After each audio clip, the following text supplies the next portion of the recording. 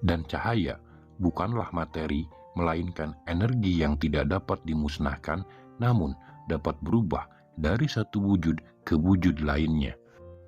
Dari saripati air yang hina atau mahin-mahin, lalu muftah, seterusnya menjadi alaqoh atau segumpal daging, kemudian menjadi mudgoh atau tulang benulang, dan kemudian dibungkus kulit sampai memiliki bentuk sempurna. Semua itu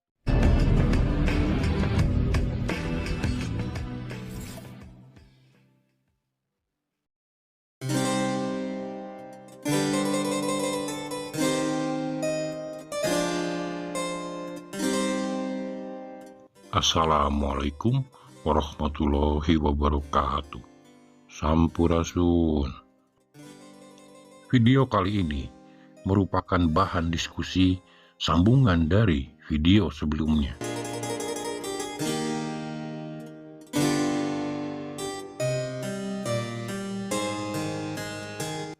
Konten ini berbau kajian tasawuf, dibutuhkan pemahaman tingkat lanjut untuk bisa memahaminya. Bagi yang sudah siap, mari kita simak. Bagi umat Islam, setelah 1400 tahun keyakinan dalam beragama harus di-upgrade. Ada fase kita percaya misalnya manusia adalah makhluk materi, namun ada pula fase yang harus kita tempuh lebih lanjut untuk sampai pada keyakinan bahwa kita adalah makhluk spiritual. Kita bukan sekedar Adam atau tanah, tapi juga iblis atau api, sekaligus malaikat atau cahaya. Meyakini diri sebagai seonggok tanah tidak akan membawa kita kepada Allah. Merasa diri sebagai api hanya membuat hidup panas, gundah, dan gelisah. Kita harus sampai kepada pengetahuan yang meyakinkan bahwa kita semua adalah makhluk cahaya atau buruk. Hanya sebagai makhluk cahayalah kita bisa kembali kepadanya. Awalnya dipercaya manusia tercipta dari tanah, namun itu pengetahuan lama dan pengetahuan kaum lahiriah, yaitu kaum yang hanya mampu menjangkau pengetahuan terhadap objek-objek kasat mata semata. Itu pengetahuan Islam level tingkat TK, SD, SMP, dan SMA. Namun, ketika sudah kuliah atau bahkan S2, pengetahuannya sudah beda, sudah lebih cerdas. Namun, Islam juga agama untuk semua kelas. Al-Quran mengakomodasi keyakinan orang awam.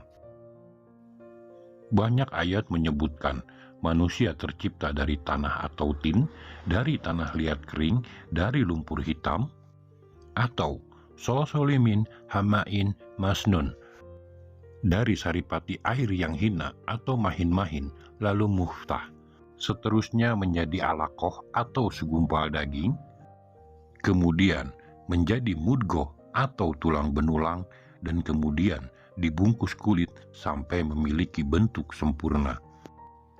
Semua itu elemen material. Ini agama dalam kajian atomik yang meyakini materi sebagai partikel dasar manusia dan alam semesta. Ini wilayah fisika klasik yang doktrin-doktrinnya sangat berjaya sampai awal abad ke-20. Tokoh utamanya adalah Isaac Newton dari Inggris, yang semua teorinya mendukung keberadaan materi sebagai wujud primer alam semesta. Sebelumnya, di era kuno Yunani, juga ada Demokritos, pemikir mazhab atomisme. Di barat, keyakinan manusia dan alam semesta adalah makhluk materi menjadi sebab musabab lahirnya mazhab materialisme. Prinsip dasarnya bahwa tidak ada yang lebih tinggi dari materi. Di dunia Islam, ide-ide materialistik melahirkan kaum lahiriah yang fokusnya hanya pada wujud tekstual dan lahiriah ibadah. Kalau ada pengayaan pada dimensi lebih halus dari agama, itu dilabeli syirik dan bid'ah. Memang, di tengah umat ini ada praktek-praktek perdukunan, tapi mereka tidak bisa membedakan dengan amaliyah irfan. Kaum lahiriah cenderung mewarisi praktik fikih dan doktrin-doktrin material fisikal dari Al-Quran dan Sunnah. Sementara ketika secara saintifik diajukan pertanyaan lebih lanjut, tanah tercipta dari apa? Maka pemahaman agama akan menjadi lebih meningkat. Menjawab ini, teman-teman harus meminjam ilmu fisika modern, termasuk fisika kuantum yang mulai mendapat tempat sejak pertengahan abad 20. Fisika kuantum membuktikan bahwa atom bukan substansi terkecil dari materi. Selain proton dan neutron yang menjadi pembentuknya, ada partikel lain yang menyusun atom, yaitu cahaya atau quark. Materi atom tersusun dari gelombang energi atau pusaran cahaya. Jadi, kita manusia atau bahkan seluruh alam semesta ini adalah sesuatu yang sebenarnya tersusun atau tercipta dari cahaya, bukan dari tanah. Tanah atau serta-merta semua unsur alam dari mineral itu semua tercipta atau terbentuk dari cahaya. Setidaknya, itulah temuan fisika modern. Segala sesuatu yang ada di alam semesta tercipta dari cahaya. Dan cahaya bukanlah materi, melainkan energi yang tidak dapat dimusnahkan, namun dapat berubah dari satu wujud ke wujud lainnya. Artinya, kita bukan makhluk materi yang akan mengalami kematian. Kita adalah makhluk cahaya yang abadi yang dapat menjadi apapun. Yang dapat pindah alam dengan kecepatan tinggi, melakukan teleportasi, transmutasi, Isra Mi'raj, dan berbagai mukjizat serta kekeramatan kuantumik lainnya. Memang, ada sisi materialitas pada diri kita, tapi itu semua wujud mungkin atau mungkinul wujud yang tercipta akibat gerak substansial cahaya atau gerak towak pusaran quark. Wujud absolut kita pada dimensi yang bisa diamati sekarang adalah cahaya. Temuan saintifik ini membuktikan kebenaran lebih lanjut dari konsep-konsep Al-Quran yang menjelaskan bahwa segala sesuatu di alam semesta ini tercipta dari cahaya. Allahu nurus samawati wal ardh. Allah adalah cahaya langit dan bumi. Hanya saja cahaya itu bertingkat-tingkat. Artinya, wujud kuantum dari cahaya yang ada dalam diri kita bergradasi dalam tingkatan yang lebih halus dan tinggi. Dengan kata lain, belum semuanya bisa diamati. Fisika hari ini hanya mampu mengobservasi wujud cahaya pada level dasar, selebihnya terlihat kosong atau gaib. Namun, secara konseptual, Al-Quran memberi petunjuk bahwa yang disebut kosong atau void itu tidaklah benar-benar kosong. Masih ada makom-makom atau gradasi cahaya sampai pada level tertinggi, yaitu Allah itu sendiri. Adalah tugas fisikawan abad selanjutnya untuk membuktikan tingkatan cahaya secara lebih lanjut sampai laboratorium Fakultas MIPA benar-benar bisa menemukan kelanjutannya. Tidak hanya manusia yang tercipta dari cahaya, alam semesta juga begitu, karena semuanya adalah alam cahaya. Tentu, sebagai cahaya, ia punya spektrum atau gradasi yang bertingkat. Artinya, alam cahaya ini hanya ada satu, tunggal, atau ahad. Hanya dimensi atau gradasi penampakan yang berbeda-beda. Jadi, kalau kita ingin bertemu Allah, itu bukan perjalanan spesial keluar angkasa.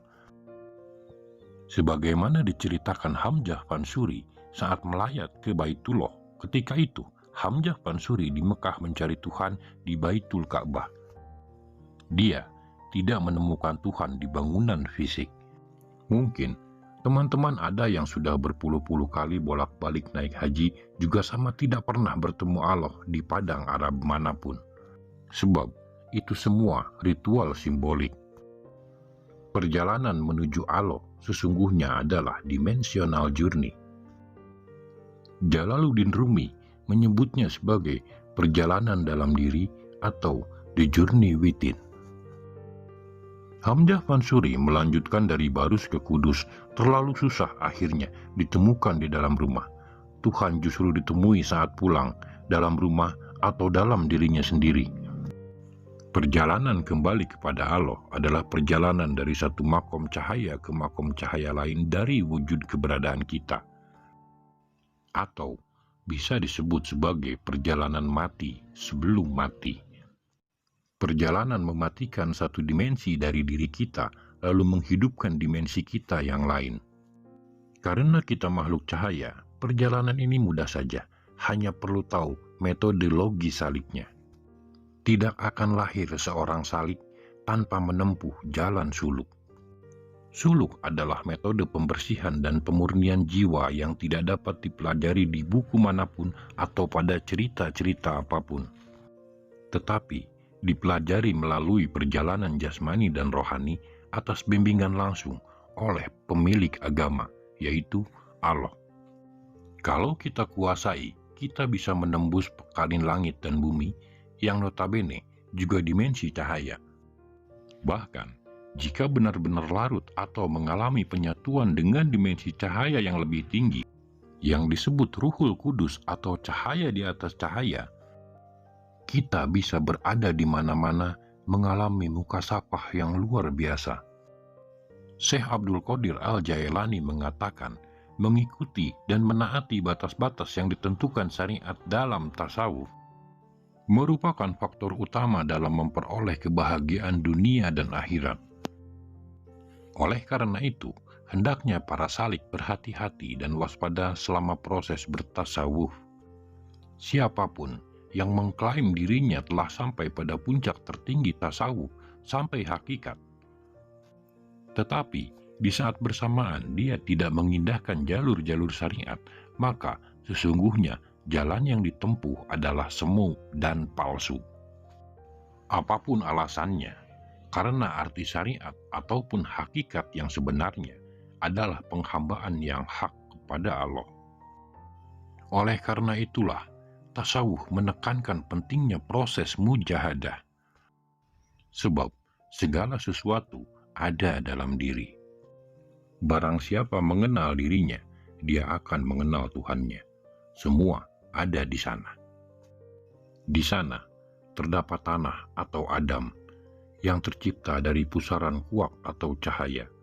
Baik tidaknya Adam, makrifat atau tidaknya manusia tergantung pada proses pengolahan cahaya atau ruh atau asma Tuhan dalam dirinya. Karena cahaya adalah penggerak elemen materi, kami menyebutnya sebagai ruh atau jiwa atau wujud substansial manusia. Segala sesuatu yang ditiup, berhembus, hidup, atau bergerak secara alamiah dalam diri kita. Dulu, manusia dipercaya tercipta dari tanah. Sekarang, keyakinan semacam ini bukan ditolak, tapi harus di-upgrade. Sebab, Islam yang hakiki adalah Islam yang metodologis atau torik, yaitu ada jalur pembuktiannya. Maksudnya, Islam yang bergerak sesuai spirit dan ilmu pengetahuan zaman. Kalau ilmu alam dan biologi 1400 tahun silam tidak kita upgrade, keislaman kita akan ketinggalan dinamika sains dan pengetahuan. Kalau masih berkutat pada pengajaran teks kitab klasik sebagai satu-satunya kebenaran, kemungkinan kita akan terus stagnan. Semua itu tetap diperlukan sebagai basis pengetahuan, namun harus di-upgrade. Bukan bertujuan merubah Al-Quran, tapi mengupgrade cara kita memahami Al-Quran. Kurun waktu 1400 itu sudah terlalu lama. Tafsir-tafsir klasik perlu direvitalisasi. Sudah banyak nabi yang diutus untuk memberi petunjuk kepada manusia, tapi saat ini tidak ada lagi nabi, namun mujadid atau imam, wali, ulama dalam kualitas serupa, dan tujuannya juga untuk memperbaharui dan mengupgrade pemahaman dan metodologi beragama harus ada. Oleh karena itu, istilah kembali ke sunnah perlu diwaspadai. Jangan sampai kembali membawa Islam pada kejumudan tekstual atau kepada peniruan fisikal semata. Itu budaya materialistik, Gerak hijrah yang harus kita perkuat adalah gerak cahaya atau ruhania. Gerak yang membuat kita semua mampu kembali bersua dengan Allah sejak hidup di dunia. Hanya dengan gerak cahaya, umat Islam mampu kembali menemukan berbagai kecerdasan substansial atau wahyu, ilham, sesuai konteks zaman. Karena manusia adalah makhluk multidimensi. Pada level sederhana, kita ini Adam, murni tanah. Kalau hanya memilih jadi makhluk tanah, kita akan kembali ke zaman purba, hidup secara natural tanpa peradaban sama sekali. Namun, di dalam tanah ada berbagai unsur emosi yang membuat kita menjadi lebih manusiawi. Termasuk unsur api yang terkadang suhunya meninggi sehingga manusia menjadi angkuh, gelisah, dan was-was. Maka, jangan suka menunjuk orang lain sebagai iblis, sebab iblis adalah diri kita sendiri.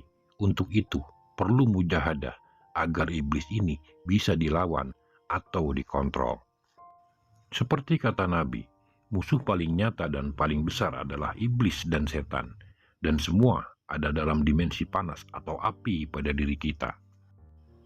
Istilah iblis dan setan yang suka melawan Allah itu di dalam aneka cerita digambarkan bertanduk, berjiwa fasik, dan buruk rupa. Wujud ruhaniah kita yang suka membangkang Allah memang begitu.